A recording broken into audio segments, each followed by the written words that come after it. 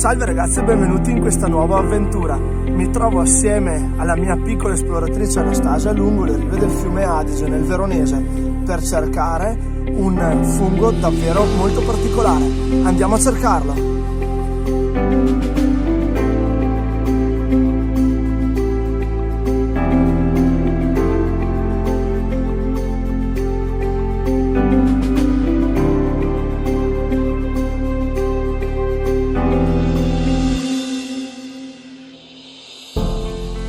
Stiamo cercando la colorata Flammulina velupites, meglio conosciuta come fungo dell'olmo a causa del suo habitat principale, ovvero i tronchi di olmo.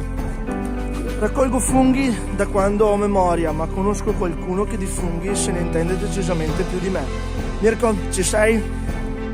Yo Fede, eccoci qua. Buongiorno, buonasera a tutti ragazzi, sono Mirko, naturalista e il divulgatore del canale Snatureggiando. Ma andiamo subito a scavare nei segretucci di questo fungaccio, che poi tanto fungaccio non è, dai, bravo ragazzo, è un bravo fungo, è un bravo fungo.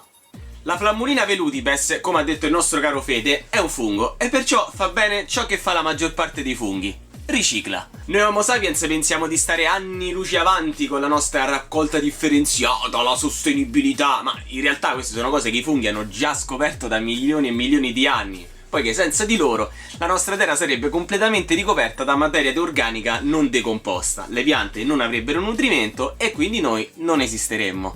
La Flammulina in particolare è un fungo saprofita, il che vuol dire che è uno di quei funghi che si nutre di materiale in decomposizione, spesso lo fa sotto gli olmi ed è per questo che viene chiamato anche fungo dell'olmo, ma non solo, alle volte si accontenta anche del salice o di altri alberi. Tra i funghi è sicuramente il principe dell'inverno, infatti non solo è in grado di spuntare durante l'inverno, ma anche in mezzo al manto nevoso, e questo grazie ad alcune sostanze che contiene all'interno delle sue carni che funzionano come un cappottino antigelo. Il nome velutipes viene dal latino e richiama il fatto che le sue carni, in particolare il gambo, sono vellutate al tatto.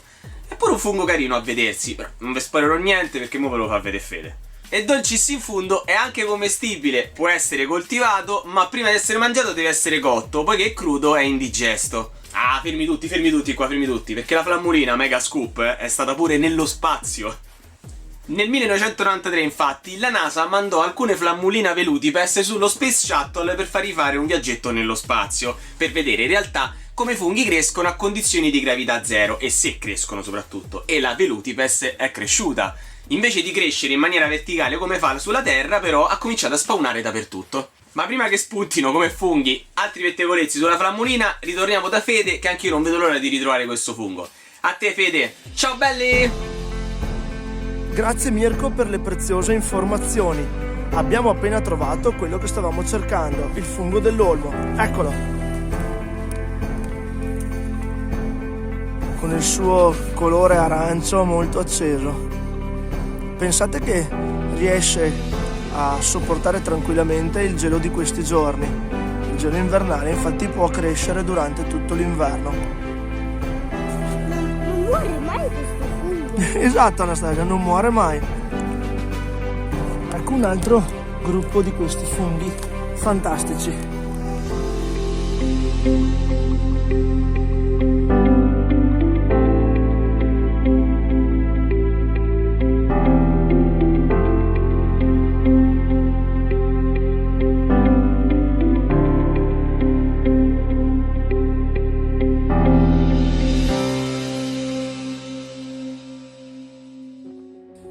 Anche questo episodio è terminato, ci vediamo nella prossima avventura. Ciao!